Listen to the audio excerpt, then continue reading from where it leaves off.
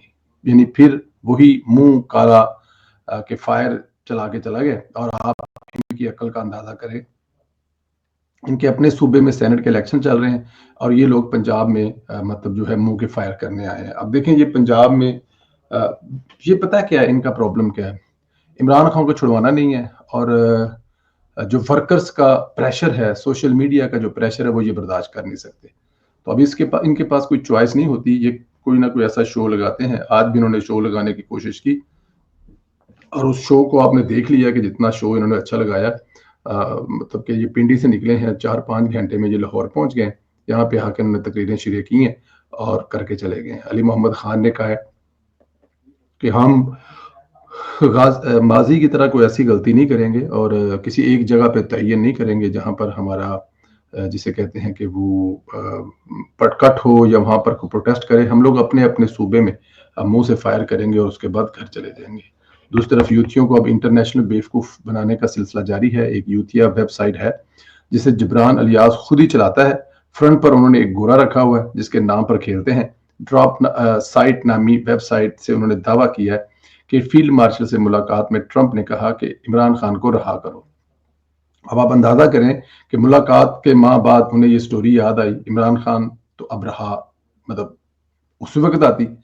اور اگر ٹرمپ نے اتنی باتیں جو کہی ہیں، ٹرمپ نے 19 دفعہ فیلڈ مارشل، پاکستان کی حکومت، پاکستان کی پروڈکٹ، پاکستان کے حکمران، پاکستان کے لوگ، گریٹ مطلب کہ نیشن اور پتہ نہیں کیا کیا کہہ دیے. کسی ایک جگہ پہ کھڑا ہو کر وہ اگر یہ بھی کہہ دیتا کہ عمران خان کو چھوڑ دینا چاہیے، یہ عمران خان کو چھوڑ دے، تو کون سی قیامت آ جانی تھی.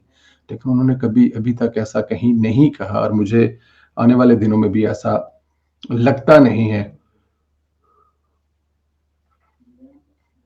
پھر ان چپ کر جانے دیتے.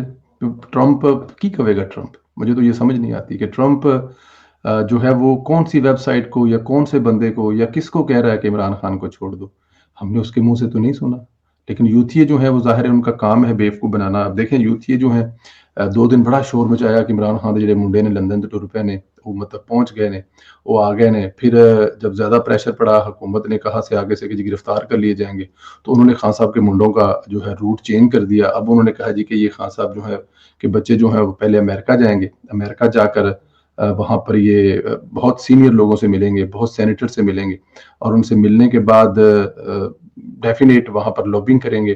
اور لابنگ کرنے کے بعد پھر وہاں سے جب یہ نکلیں گے تو خان صاحب کے جو بچے ہیں ان کے ساتھ بہت سارے امریکنز ہوں گے، انٹرنیشنل میڈیا ہاؤس ہوں گے اور وہ لائیو کال پہ ہوں گے، لائیو فونوں سے وہ چلا رہے ہوں گے جب وہ پاکستان آئیں گے. اور اس کے بعد پھر امریکہ سے آئیں گے تو امریکہ کی جو امبیسی ہے پاکستان میں، خان صاحب کے بچے امریکہ کی امبیسی میں رہیں گے. اگر برٹش امبیسی میں رہتے تو چلو ہمیں بات سمجھ آتی ہے، لندن سے آتے تو ہم بات سمجھ آتی ہے. لیکن پہلے وہ لندن سے برٹش بچے ہیں، وہ امریکہ جائیں گے، امریکہ میں ایک لابنگ کریں گے، لابنگ کرنے کے بعد امریکن جو ہے وہاں سے ان کے ساتھ چلیں گے اور پاکستان آئیں گے. اور پاکستان کی امبیسی میں، پاکستان میں جو اسلام آباد میں امبیسی ہے، وہیں پہ وہ تحریک چلائیں گے، وہیں پہ وہ نکلا کریں گے، وہیں پہ وہ کے پی کے جائیں گے، وہیں سے وہ پنجاب جائیں گے، بلوچستان، سندھ جائیں گے اور واپس آ کر ان کا جو بسیرا ہے، ان کا جو ڈیرا ہے، ان کی جو رہائش ہے، ان کا جو کھانا پینا ہے وہ امریکن امبیسی میں ہوگا. یہ یوتھیوں کی ایک نئی لاجک ہے. آپ بلیو کریں کہ ان کے پاس کچھ بھی نہیں ہوتا، یہ بیٹھ کر صرف ٹیبل سٹوریاں بناتے ہیں اور ٹیبل سٹوریاں بنا کر یہ ساری کہانیاں سناتے ہیں جس میں مطلب کہ آپ بھی شامل ہیں، میں بھی شامل ہوں، جن کو سناتے ہیں اور ہم سنتے رہتے ہیں. کیا کریں اب، ہمارے پاس کوئی چوائس بھی تو نہیں ہے نا.